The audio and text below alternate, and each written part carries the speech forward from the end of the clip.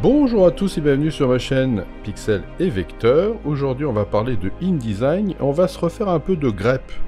Oui, le grep c'est vraiment pas très sexy, mais dans certains cas ça peut quand même pas mal vous aider, d'autant plus que quand on a mis au point une formule, on peut l'enregistrer ici, vous voyez, dans la partie personnalisée ici, et donc après on peut la garder. Donc en fait il faut la mettre au point une bonne fois. Là en l'occurrence on va la mettre, je vais vous montrer comment je ferai, et après éventuellement peut-être que vous pourriez dans certains cas peut-être l'enrichir ou en fait l'améliorer.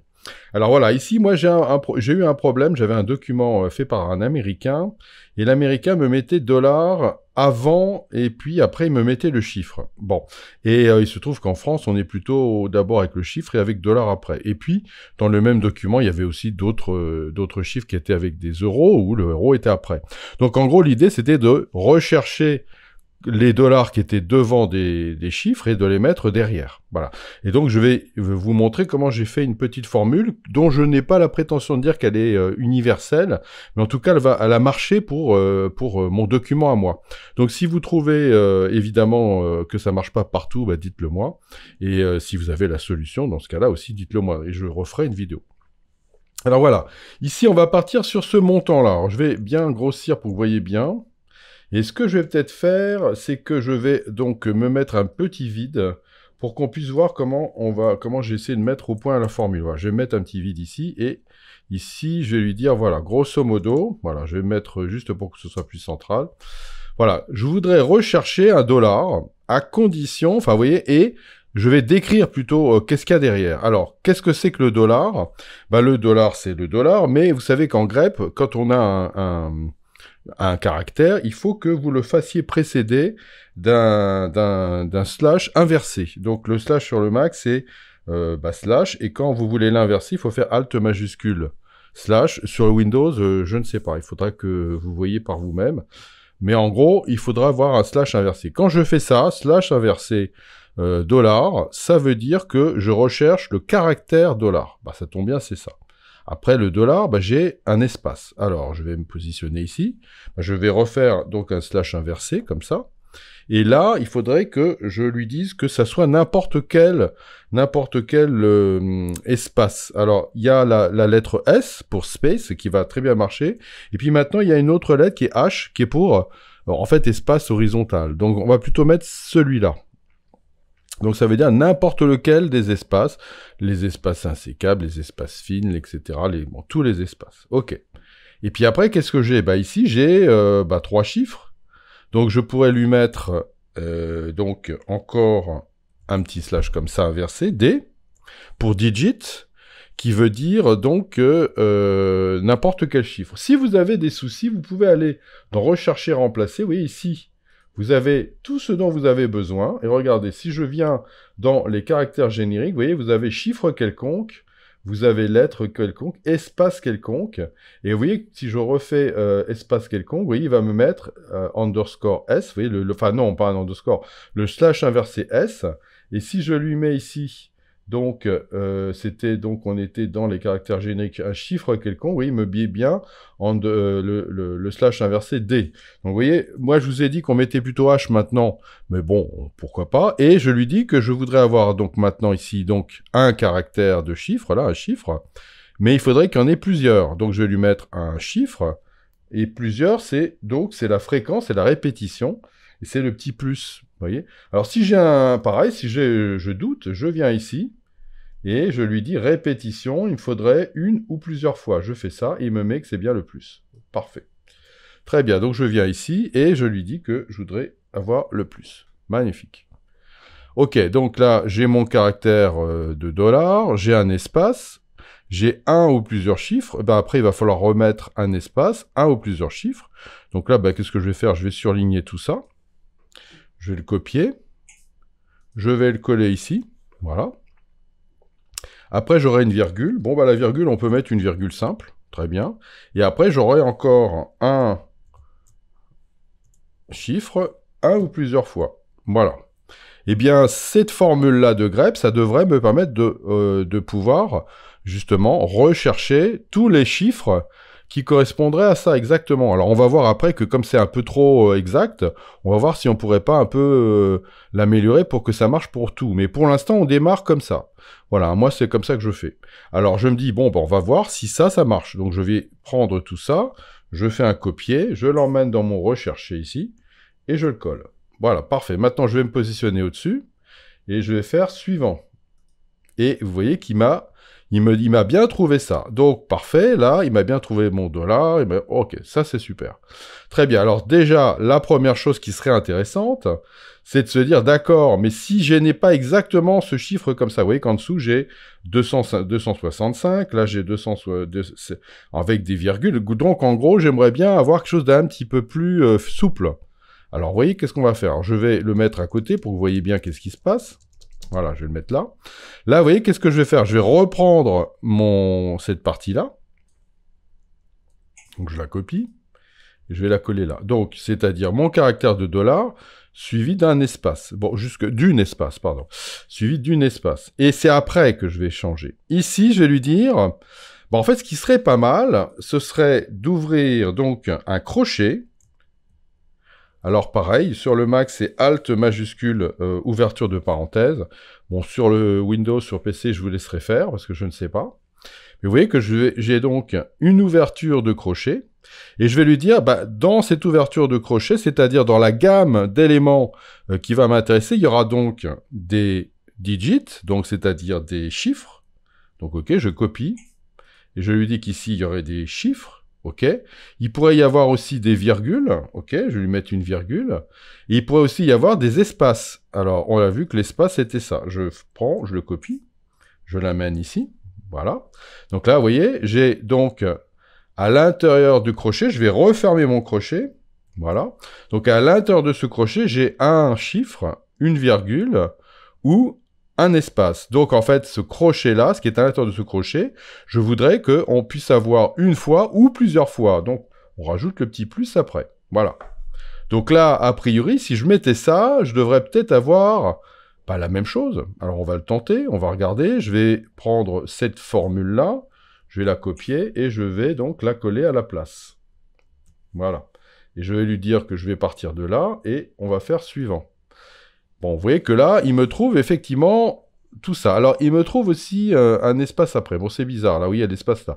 C'est normal parce que je lui ai dit, vas-y, trouve-moi les chiffres, les virgules et les espaces. Donc, il a bien fait ça. Mais bon, on verra après. Donc, ok. Donc, maintenant que j'ai ça, je me dis, ce qui serait bien, c'est de mettre donc le dollar de l'autre côté. Donc pour ça, il faudrait que quand je lui dis de remplacer par, et là vous avez une fonction qui s'appelle le résultat. Le résultat, c'est de dire, je vais mettre entre parenthèses, oui, je vais mettre entre parenthèses ça, c'est-à-dire mon dollar, super, et puis je vais mettre entre parenthèses, eh bien, les chiffres, les virgules et les espaces qui sont ici. Donc je vais venir me positionner ici, voilà, et je vais lui mettre entre parenthèses ça. Donc vous voyez que là, je ne prends pas l'espace qui est là, qui était l'espace qui était juste après le dollar. Ok. Et en fait, l'idée, c'est que comme j'ai mis entre parenthèses ça, ça va être mon premier résultat, et mon premier résultat va être symbolisé par $1. Et le deuxième résultat, ce qui est entre parenthèses, va être symbolisé par $2. Vous voyez, je vais vous montrer ce qui se passe ici. Vous voyez, quand je viens ici, que je vais tout à fait en bas trouver, vous avez, vous voyez, trouver 1, 2, 3, etc. Donc, là, je pourrais lui dire que j'aimerais bien qu'il commence donc par mes chiffres, donc de là à là, ce qui est entre parenthèses, donc c'est-à-dire $2, ou trouver 2. Vous voyez, regardez, il me met $2. Et puis après, il faudrait que je mette $1. Donc ici, je vais lui dire $1, trouver, voilà. Et puis peut-être qu'il serait bien, c'est que entre les deux, j'ai une espace insécable, par exemple. C'est-à-dire que j'aurai donc mes chiffres, et puis après, j'aurai donc mon dollar. Donc entre les deux, je pourrais mettre une espace. Donc je vais cliquer ici, et puis je vais venir ici, et je vais lui dire, je vais chercher une espace insécable. Voilà, donc en gros, je pourrais peut-être avoir ça. Alors on va voir qu'est-ce que ça me donne. Donc je vais venir me positionner un peu au-dessus, je vais commencer par faire suivant. Là, il va bien me trouver ça. Et après, je vais lui demander de remplacer. Ah, vous voyez que là, il m'a bien remplacé, mais il m'a bien remplacé par $2 et $1. Donc là, vous voyez qu'il y a un truc qui va pas. Bah, ce qui va pas, c'est très simple. Et c'est pour ça que je l'ai fait, c'est que vous voyez que là, il a remplacé véritablement avec $2 et $1, parce que la formule que j'ai mis dessus, je l'ai pas mise à jour, j'ai pas mis les parenthèses. Et vous voyez que quand on met pas les parenthèses, eh bien, ça remplace directement avec ce qui est en dessous. Alors là, regardez ce que je vais faire. Je vais rechanger ma formule, je vais mettre des parenthèses. Donc si je reviens ici, maintenant, vous allez voir que ça va être un peu différent. Je vais annuler ce que j'ai fait, voilà. Et regardez, je vais faire suivant, et maintenant que j'ai mis mes parenthèses, quand je vais faire remplacer, vous voyez qu'est-ce qui se passe? Il me met bien le chiffre d'abord, suivi du dollar, vous voyez, c'est-à-dire le $2 qui correspond à mon chiffre, et le $1 qui correspond à mon dollar. Alors là, c'est pour le coup le vrai, la devise, parce que j'ai mis entre parenthèses, vous voyez, le caractère de dollar. Ok. Et là, vous voyez que, eh bien, j'ai l'espace qui est ici, qui n'a pas été pris en compte. Donc là, c'est vraiment super. Sauf qu'il y a peut-être encore un petit souci. Alors, je vais revenir en arrière. Vous voyez, je remonte. Voilà, très bien. Ce qu'il faudrait, c'est qu'il faudrait que l'espace qui est ici, vous voyez, l'espace qui est ici, il faudrait que je le prenne dans ma formule. Donc ici, vous voyez, j'ai mon dollar ici qui va être donc mon premier élément, dollar. Le deuxième élément, ça va être le chiffre. Et après, il faudrait que je rajoute ici un troisième élément et je vais le mettre en tant que résultat, c'est-à-dire que je vais mettre une parenthèse et je vais lui dire que je voudrais donc avoir n'importe quel espace comme ça. Voilà. Donc là, vous voyez, j'ai encore changé ma formule un petit peu. Regardez, je vais vous montrer. Je vais prendre ça, je vais la recopier, et ici, vous voyez, ici, je vais changer encore un petit peu ma formule. Et donc là, vous voyez, j'ai un troisième élément entre parenthèses, et je lui dis, après, remplacer par, donc, le $2, c'est-à-dire le chiffre, suivi d'une espace insécable, suivi de $. Et après, je vais lui dire, suivi, donc, de $3. Alors, on va faire suivi de $3. Donc, là, ici, je vais faire trouver. Voilà. Très bien. Donc maintenant, si je reviens ici et que je lui dis, vas-y, trouve-moi, il va bien me trouver ça, remplace-moi, ben vous voyez que qu'est-ce qui s'est passé? Il a maintenant bien pris la formule, ok, c'est-à-dire le nombre, suivi de mon espace insécable suivi de mon $, et il a rajouté une espace ici, de manière à ce que le texte ne soit pas collé à $. Voilà, c'est cet élément-là en plus. Très bien, donc si maintenant je viens me positionner ici, et que je lui dis suivant, il va bien trouver ça, remplacer, vous voyez qu'il va bien me trouver 265 espace insécable $, et après il m'a rajouté le petit espace ici. Je continue, suivant, il m'a bien trouvé ça, remplacement, et il a bien, voilà, bien mis ça. Voilà, donc là, vous voyez que maintenant, eh ben, je me retrouve normalement avec quelque chose de correct. Alors, je l'ai pas, c'est les trois, en fait, c'était les trois figures de style que j'avais dans mon document. Donc, évidemment, maintenant que je sais que ça marche pour ces trois éléments-là, j'ai pas besoin d'aller chercher plus loin, mais éventuellement, il y aura peut-être des cas où ça ne marchera pas. Donc, il faudra voir dans plusieurs cas. En attendant cette formule-là, comme j'ai pas du tout l'intention de tout recommencer, je vais aller cliquer sur, vous voyez, le petit carré ici, hop, et je vais lui dire que je voudrais inverser devise. Voilà. Moi, ça me suffit hein, pour comprendre ce que je fais OK ici. Et à partir de maintenant, bah, vous voyez que j'ai inversé devise qui est dedans. Et donc, eh ben, si tout est effacé, eh bien, inverser devise me permet de remettre ma formule. Et puis si, à un moment donné, je m'aperçois quelque chose qui ne va pas, je pourrais modifier éventuellement ma formule, si c'est possible, et je modifierai inverser devise, j'en referai un autre. Mais voilà, pour l'instant, ça va me permettre comme ça de pouvoir travailler, parce que j'ai pas mal de documents qui sont avec un client américain, où il me met toujours le $ devant, donc je vais pouvoir inverser à chaque fois. Ça ira un petit peu plus vite, même si je vous conseille toujours de ne jamais faire tout remplacer d'un coup, mais de faire un par un. C'est quand même nettement plus rapide, mais vous voyez qu'est-ce qui se passe. Donc si jamais il y a des embrouilles, eh ben, vous pouvez les régler tout de suite. Voilà, donc je sais que de notre siècle, tout le monde est très impatient de faire tout, mais je vous conseille vraiment de faire suivant, remplacer, suivant, remplacer, suivant, remplacer.